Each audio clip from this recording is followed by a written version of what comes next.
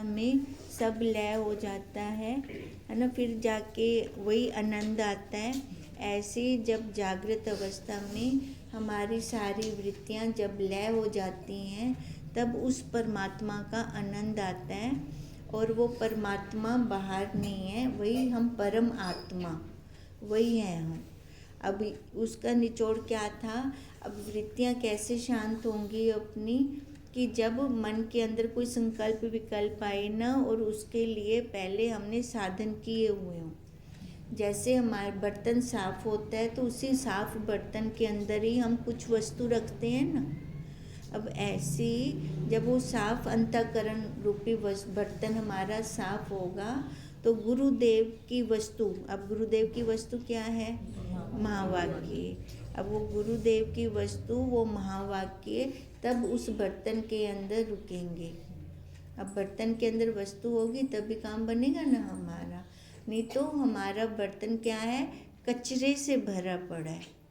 अब जब तक ये कचरा निकालने का, देखो ये खाली पुरुषार्थ हमारा है। जब हम ये पुरुषार्थ करेंगे तब हमारा काम बनेगा।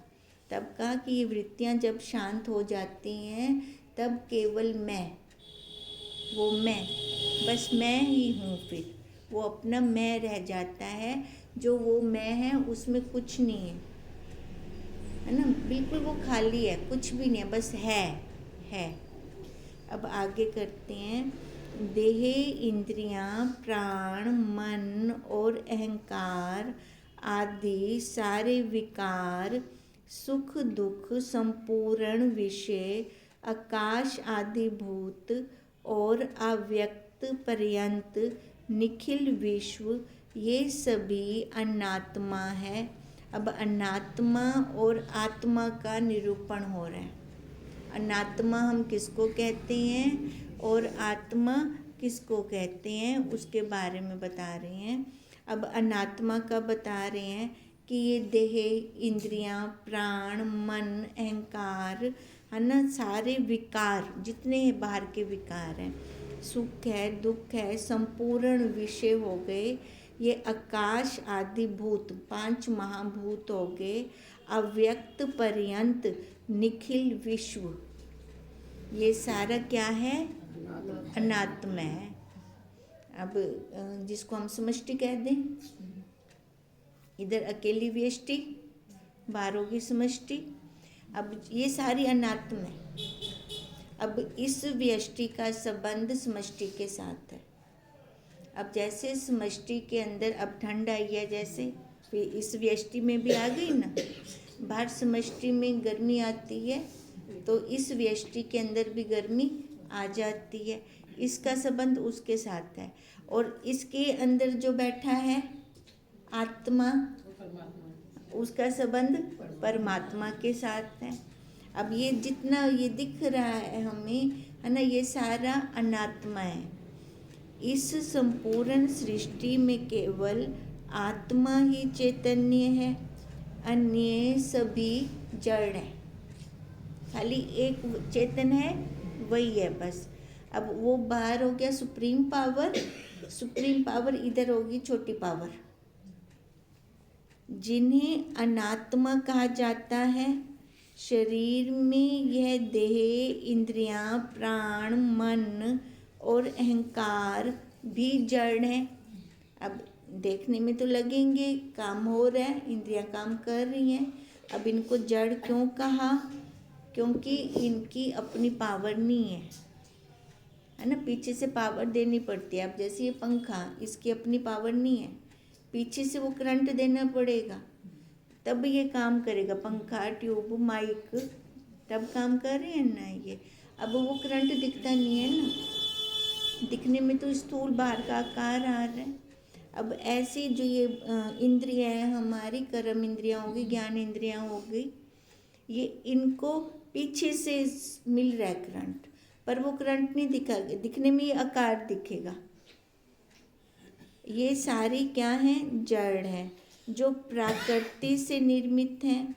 ये चैतन्य आत्मा की शक्ति से ही सक्रिय होकर अपना अपना कार्य करती हैं, है ना। जैसे ये बाहर के कर रहे हैं सारे कार्य, करंट एक है सभी के अंदर और सभी का कार्य अलग अलग है ना। कारण एक है,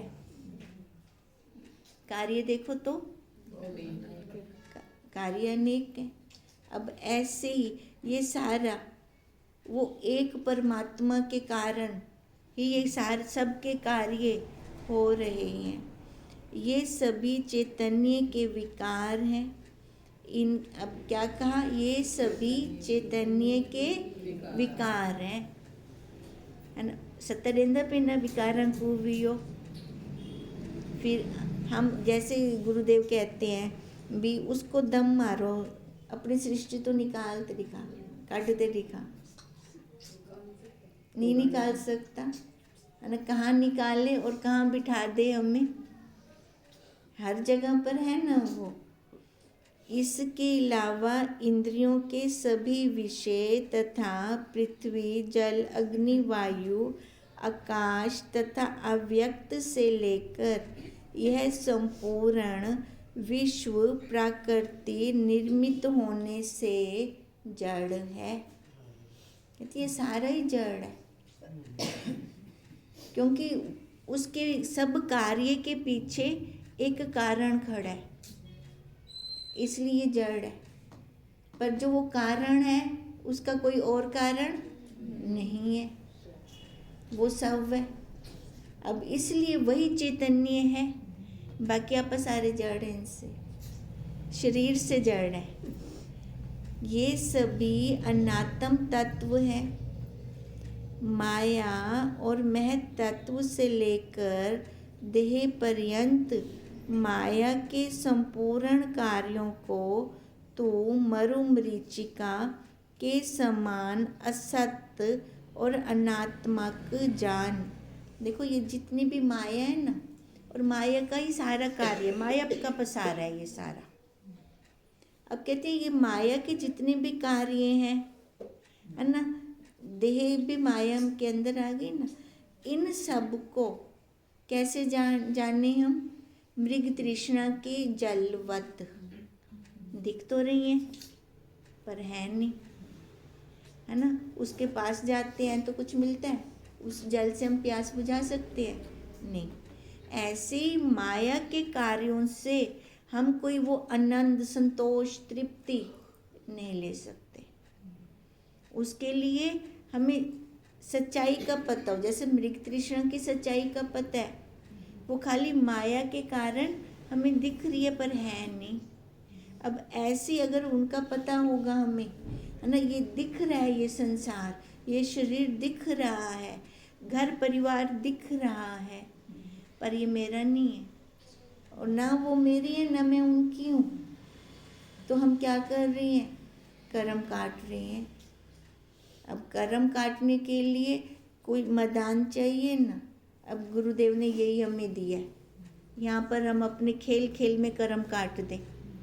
अब जैसे बच्चा खेल खेल के आ जाता है, उस टाइम के लिए तो उसको लगेगा राग द्वेष, पर अगले दिन देखो तो फिर खेल रहे हैं आपस में। तो बच्चे का राग द्वेष कैसा है, पानी पे लाइन है, टिकता नहीं है, खाली उस टाइम के लिए बस। अब हमारा भी अगर ऐसे रहते हैं ना, उस टाइम के लिए हो जाए बस खत्म।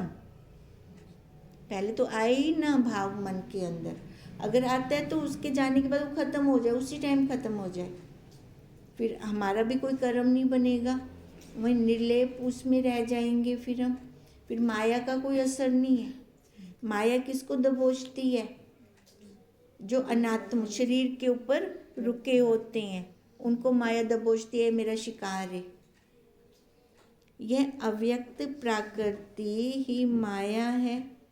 यह जब व्यक्त होती है तो उसके तीनों गुण प्रकट होते हैं। अव्यक्त है न माया, दिखती तो नहीं है पर है। प्रकट के अंदर थींदी है गुण में, आकारों में। आकार है तो गुण है, सभी के गुण चल रहे हैं। फिर इसे मूल प्रकृति कहते हैं। इसके साथ चेतन तत्व का जब संयोग होता है तो महत तत्व की उत्पत्ति होती है। अब महत तत्व कहाँ पर आता है? बाहर, समष्टि के अंदर। इसके अंदर क्या आते हैं? गुण। संयोग जहाँ माया का हो रहा है, बाहर भी हो रहा है, इधर भी हो रहा है संयोग। अब इधर 3 गुण आ जाते हैं, बाहर जब उसके साथ मिलाप होता है माया का, तो ये प्रकृति बदल रही है। कभी एक जैसी है, अखंड मंडलाकार चल रही है। और परिवर्तन परिवर्तन परिवर्तन, ये नियम है प्रकृति का। बदल आ रहा है ना, उस चैतन्य के अंदर कोई बदलाव नहीं है। वो सदियों सदियों से एक जैसा है। पहले भी वही था, अब भी वही है, आगे भी वही रहेगा, उसमें कोई बदलाव नहीं है। तो इसका मतलब वही चेतन, जिसके अंदर कोई बदलाव नहीं होता ना, वही चेतन होता है, वही चैतन्य है, वही सत्य है। बाकी सब सत्व, एक सत्य, इनमें भी डिफरेंस है। अब सत्य है बस वही। अब वैसा सत्य हम सब कैसे देखें? अनुभव करें उसका।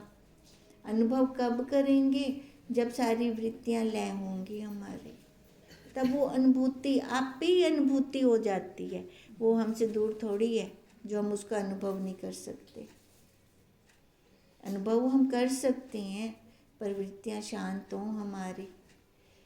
यही महत्त्व आगे चलकर अहंकार, मन, प्राण, इंद्रियां तथा शरीर का विकास करता है। ये सब उसी माया अव्यक्त का विकार मात्र है, जो सत्य दिखाई देता है, पर है तो नहीं ना। एक काल में दिख रहा है हमें बस। तभी तो उसको देखो, हमने अवर्चनीय बोला, मिथ्या कहा, है ना। एक काल में सत्य है तो दूसरे काल में असत्य है। मृग तृष्णा के समान असत्य है, ये अनात्म तत्व है। अनात्म तत्व को खोल रहे हैं। अब अनात्म तत्व बहुत है, इसका विस्तार जितना मर्जी कर लो, अंत नहीं आएगा अनात्म तत्व का, है ना। कहते हैं ना, नेति नेति नेति। अब नेति नेति करते करते तो जो शेष बचता है वही मैं है। पर अब जो अनात्मा है, अनात्मा को भी तो उसने ही दे रखा है ना सारा। उसका परपंच के, ये माया का परपंच कैसे चल रहा है? पीछे से सत्ता तो वो देंदा पे ना वालो अगदे, तो सब लोगों को अनात्मा भी क्यों देख दो, उसको भी वही देखो, वही मैं हूँ, है ना। अगर नेति नेति करते करते किसी एक को मैं भूल गई तो फिर तो वहाँ सारा इकट्ठा खड़ा हो जाएगा ना, सारा का सारा। फिर मैं 0 पे आ गई अगर एक को नेति करना भूल गई। जब वो परमात्मा नेति नहीं कर रहा, क्योंकि अगर वो नेति करता तो वो इस माया को, परपंच को सत्ता ना देता, पर उसने नेति नहीं किया, पीछे वो सत्ता दे रहे हैं उनको। तो भगवान जी, गुरुदेव हमें भी कहते हैं हम भी नेति ना करें, हम सारा उस परमात्मा का देखें। अब मैं तुझे परमात्मा का स्वरूप बताता हूँ, जिसे जानकर मनुष्य बंधन से छूटकर केवल्य पद प्राप्त करता है। अब बंधन से छूटने के लिए उसका जानना जरूरी है। एक को जान लेना, है ना। अनात्मा या आत्मा, दोनों में से एक को जान लेते हैं ना, तो दूजा आप पे छोटवेंद है। जैसा ऊपर बताया गया है कि प्रकृति के अनेक रूप हैं तथा संपूर्ण विश्व प्रकृति से ही निर्मित है, जो अनात्मा है, किंतु वह अनात्म तत्व एक ही है, किंतु आत्म तत्व एक ही है। अब देखो, जो प्रकृति तो अनेक है, वो पूरे संसार में फैली पड़ी है। प्रकृति माया, जहाँ भी जाए रूप रूप रूप रूप रूप, कहीं रूप की खोट आई ना, आएगी भी नहीं कभी, रहेगी वो माया साथ में रहेगी। जो अनात्मा है, किंतु आत्म तत्व जो ये प्रकृति है ये अनात्मा है ना, क्योंकि इसकी अपनी सत्ता नहीं है। और जो वो आत्मा है, वो तत्व है, वो एक है। जहाँ मर्जी हम खड़े हो जाएं उसको हम प्राप्त कर सकते हैं। जिस अवस्था में बैठे हैं उस अवस्था में उसकी अनुभूति ले सकते हैं। उसके लिए हमें कहीं बाहर जाने की ज़रूरत नहीं है। पर कैसे होगी? पहले अंतःकरण रूपी बर्तन साफ करने की ज़रूरत है। अंतःकरण रूपी बर्तन को साफ करने के लिए वो षट संपत्ति साधन चाहिए, वैराग्य चाहिए। कहने से वैराग्य नहीं आएगा। वैराग्य कैसे आता है? कोई वस्तु हमें कब अच्छी नहीं लगती? जब हम उसको यूज़ करते हैं, उसके समीप जाते हैं, उसका इस्तेमाल करते हैं, तब पता लगता है ना ये चंगी है कि गंदी है। अब अच्छी वस्तु को तो रख लेंगे, जो अच्छी नहीं लगी उसको बाहर कर देंगे। अच्छा, दोबारा उसको घर के अंदर लाने की कोशिश भी नहीं करेंगे। भी उस वस्तु को लेकर आए हम दोबारा करेंगे? क्यों? क्योंकि उधर रूप देख गिद्ध है ना। अब उस वस्तु से वैराग्य हो गया कि उसको मैंने दोबारा घर नहीं लाना। अब ऐसे ही जब तक हमें इस संसार से वैराग्य नहीं होता, विषयों से वैराग्य नहीं होता, तब तक हम दोबारा उसकी तरफ जाएंगे नहीं। पहले वैराग्य आएगा ता मैं छोड़ सकना भी, और मेरे कोई कहनी चाहिए। अब ऐसे वैराग्य आना जरूरी है।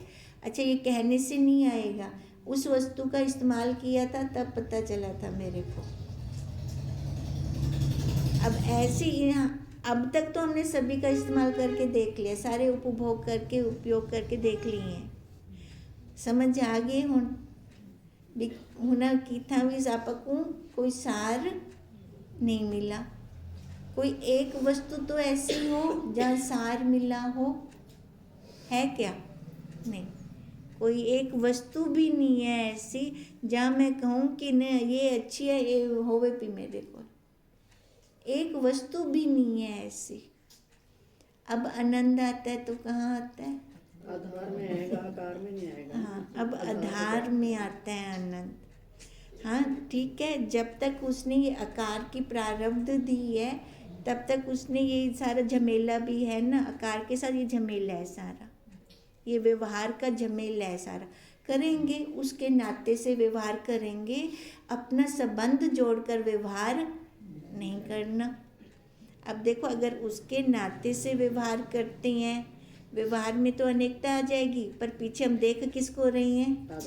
आधार को, एक को देख रही है ना, और उसके नाते से अनेकता में व्यवहार कर रही है, तो मन भी प्रसन्न रहता है, व्यवहार भी अच्छा हो जाता है। वही एक आत्मा है, वही परमात्मा है, जिसको जानने से ही मनुष्य इस संसार बंधन से छूटकर केवल्य पद को प्राप्त होता है। तब संसार बंधन छूटा क्यों? मैं के लिए संबंध ही कहीं जोड़ दी थी। आकार के साथ संबंधों का व्यवहार चल रहा है उस परमात्मा के नाते से, तो संबंध कहीं जुड़ा, संबंध नहीं जुड़ा तो बंधन कहीं हुआ, बंधन भी नहीं हुआ फिर हमें कोई। अब जब बंधन नहीं हुआ हमें, तो हम रुकेंगे कहाँ? कहीं रुकेंगे? निकल गए ना आगे।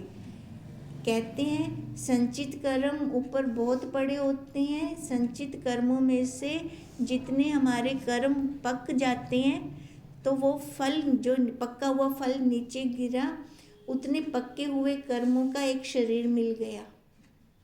एक जीवन काल में हमारे सारे संचित कर्म खत्म नहीं हो सकते, उसके लिए अनेक शरीर लेने पड़ते हैं। पर अब देखो, ये अब मनुष्य शरीर में बैठे हैं तो ये हम सजगता रखेंगे कि अब जितने कर्म फलों का पक्का हुआ ये शरीर है, अब इस मान लो 100 का कर्म पक फल बन के ये शरीर मिला, 200 ऊपर और पड़े हैं, तो वो मेरे को 200 ऊपर वाले ख़त्म करनी है।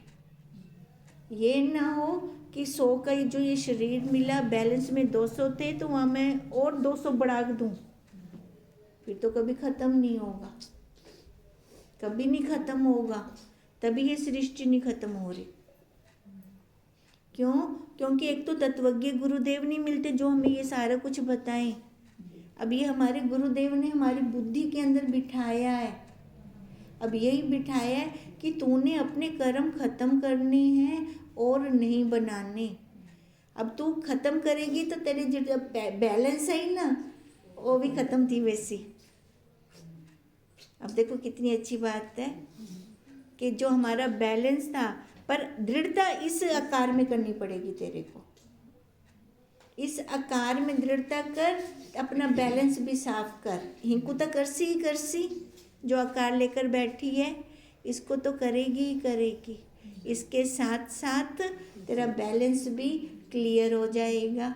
अब जब बैलेंस ख़त्म हो गया तो फिर कोई आकार है नहीं, फिर कोई आकार नहीं है, फिर कोई जन्म मरण नहीं है। इसलिए हमारा बार बार ये संकल्प रहता है कि ये हमारा लास्ट जन्म है, अब दोबारा कोई आकार नहीं लेना, क्योंकि उस एक परम पिता परमात्मा के साथ अब एक मेक होना है। अब वो नाली का पानी जब गंगा जल में गया एक हो गया ना, अब जब ये नाली का पानी उस परमात्मा के साथ मिलेगा तो वही रूप हो जाएगा। अब उसके लिए अहंकार को ख़त्म करना पड़ेगा। अहम प्रत्यय का आधार कोई स्वयं नित्य पदार्थ है जो तीनों अवस्थाओं का साक्षी होकर भी पंच कोशातीत है। अब देखो अहम प्रत्यय का आधार कौन है? अहम किसकी सत्ता से खड़ा है? साक्षी। अब ना जैसे हम कहते हैं कि जैसे ध्यान में बैठे या पाठ पूजा में बैठे, आज मेरा मन नहीं लगा, है ना, आज मेरा मन इधर उधर दौड़ता रहा, फिर मन किसकी सत्ता से गया? साक्षी की सत्ता से। तो हम फिर उसको पकड़ें कैसे? हम खाली इतना करें ना, हिंदे पीछे होता तो खड़ा ही, खाली हम इतना ध्यान में लेके आए, आज मन हमारा इधर जा रहा है या उधर जा रहा है, तो उसके पीछे कौन है? वही जानने वाला है ना। तो फिर उस टाइम फिर अफसोस ना हो ना, फिर सीधा उस वैसे नहीं तो वैसे सही, है ना, सीधा कन नहीं पकड़ी देता, पुट्ठा सही पकड़ता गिदा उनको, है ना, उसको अपने से दूर तो नहीं जाने दिया। ऐसे अगर हम चल पड़ते हैं तो भी काम बन जाता है हमारा। अब वही कह रहे हैं कि जो ये सारा अहम प्रत्यय है, इसका आधार वो स्वयं ही तो है, कोई अलग से थोड़ी है, वही तीनों अवस्थाओं का साक्षी है। अब कौन सी अवस्था आ रही है, कौन सा गुण आ रहा है ना, किसकी सत्ता से जानते हैं हम? साक्षी की। वो है तो जनवार है ना, प्योर तमोगुण आया पे और रजो आया पे और सत्य आया पे। अब उसी की सत्ता से सामने वाले भी दिख दे पे, सत्य राज्य तम में जितने भी गुण दिख रही हैं उनको, यही पंच कोशातीत है ना, वो स्वयं में, वो किसी के साथ मिला हुआ है, कोई इंद्रियां है उसकी, कोई कोश है उसका, कोई अवस्था है उसकी नहीं, वो सबसे चौथी अटारी ऊंचा खड़ा है और नीचे वालों को देख रहा है, आते जाते देख रहा है। उकार, अकार, मकार और अर्ध मात्रा, वो ऊपर बिंदु, अब वो बिंदु नीचे वालों को सबको देख रहा है, वो तुरीय अवस्था, अब वो सबको देख रहा है। अब वही जो देख रहा है तो मैं इधर एकदम पे, मेरे सत्ता से तो देखा जा रहा है। अब इन इंद्रियों को थोड़ी पता है ना, अब वो पीछे लाइट दे रहा है, अपना प्रकाश दे रहा है, तभी तो बारियों में से बाहर प्रकाश आ रहा है। प्रकाश तो उसका है ना, दीपक तो वही एक जल रहा है ना अंदर। अगर ऐसे हम अनुभूतियाँ लेते हैं, फिर देखो हमारा काम कितना अच्छे से बनता है। अपनी बारी का प्रकाश है क्या? कहनी ना, ये सारे अपने बारियां तो है नहीं, ये गुलकां तो है हिंदे गुलकां तो प्रकाश होंदा निकलता पे, क्योंकि वो अंदर बैठा है, जला ही बैठा है अपने दिए को, ता तो बाहर निकलता पे सारा कुछ।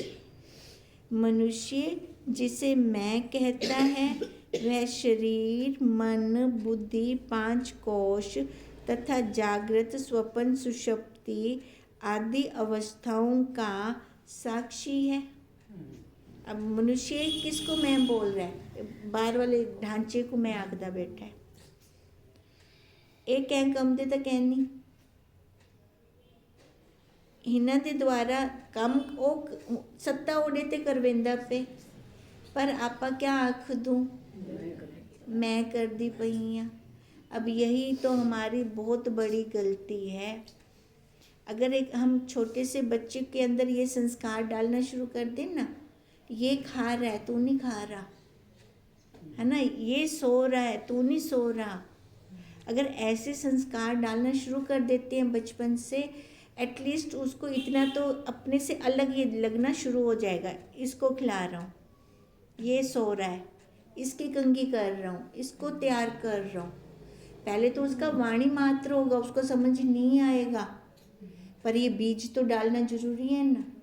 जब ये बीज डालना शुरू कर देंगे ना, फिर एक बार भूमि के अंदर बीज डाला, वो पौधा तो निकल से निकलेगा ना, टाइम पाकर निकलेगा। फिर उसके अंदर आप पे ये क्वेश्चंस पैदा होंगे, ये कैसे खा रहा है ना, खमदी तो मैं पे एक ही में खमदा पे। पर शुरू से जब उसके अंदर संस्कार डालना शुरू कर दें, अलग अलग करना शुरू कर दें, अभी चाहे वाणी मात्र क्यों ना हो, पर समय पाकर वो बीज पनपेगा। अब पनपेगा तो वो अपने आप इस विद्या में आएगा। फिर अनात्म पदार्थ मैं नहीं हो सकता, यही वह आत्म तत्व है। अनात्म पदार्थ मैं नहीं हो सकता। मेरे सिर में दर्द है, मेरे पेट में दर्द है, मेरे को भूख लगी है, मैं तो नहीं बोलते। अब मैं और मेरा 2 शब्द हैं। मैं तो मैं थी कि मेरे तो अलग है, वो मेरा है, हमको मैं आखदी बैठी है ना मेरा।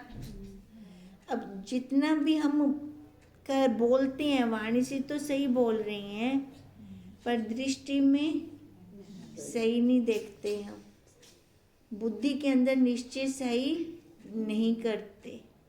अब ये निश्चय सही करे, थोड़ी सी मुरम्मत होने वाली है बस, और ज़्यादा नहीं, थोड़ी सी मुरम्मत होने वाली है। अब थोड़ी सी मुरम्मत को मतलब जैसे बोल रहे हैं वैसा देखें, वैसे अनुभूति करें। अपना काम कोई ज़्यादा बस पोछ रहेगी, हाथ लंगे, अब पोछ भी जल्दी निकल वे, इससे थोड़ा देखने की ज़रूरत है। करना तो कुछ है ही नहीं इसमें। अपनी बुद्धि के अंदर निश्चय दृढ़ करना है कि मैं ये नहीं हूँ। मैं अपने आप में स्थित होने के लिए ये आकार लेकर आई हूँ, क्योंकि आकार के बिना हम उसके साथ एक में नहीं हो सकते। बस यही अपने को ठीक करने की ज़रूरत है, बाकी कोई संबंध मेरा नहीं है। कर्मों का लेन देन चल रहा है, प्रारब्ध चल रही है, माया चल रही है, रोज़ नया पेज आ जाता है, मैं देख लेती हूँ।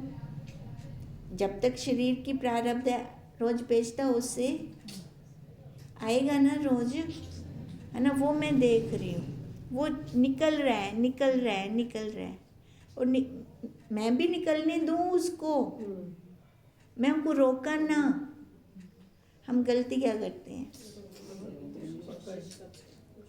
है ना, रोकने की कोशिश करते हैं।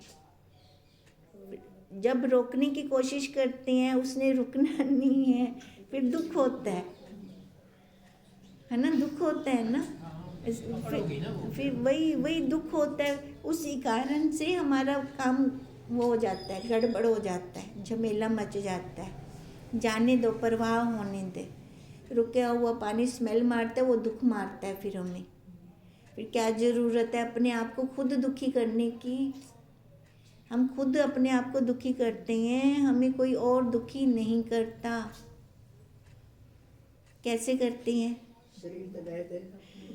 शरीर से बैठते, सामने वाला कह के तो चला गया कुछ ना कुछ, मैं पकड़ गई थी ना, मैं क्या बनी, माँ या पत्नी या सासू या नानी दादी, कुछ तो बनी है जो उनको पकड़ गई थे। और गलती कहती है अपनी है ना, भी परवाह तो होने नहीं दिया मैंने, वो परवाह होने दूँ तो वहाँ पर रुकूंगी नहीं ना मैं। फिर अब यही कह रहे हैं, वही अनात्म पदार्थ हैं जितने भी बाहर के हैं, अनात्म है, मैं नहीं हो सकता। यही वह आत्मा तत्व है जिसे मैं कहा जाता है। मैं तो बस वही हाँ, बस हाँ। यह 5 कोश आत्मक शरीर से भी परे है ना, शरीर में नहीं है। शरीर पर बैठकर मैं उसको जानना चाहूँ तो कैसे जान सकती हूँ? साक्षी बोला, शरीर ते ना बैठी ना बोला।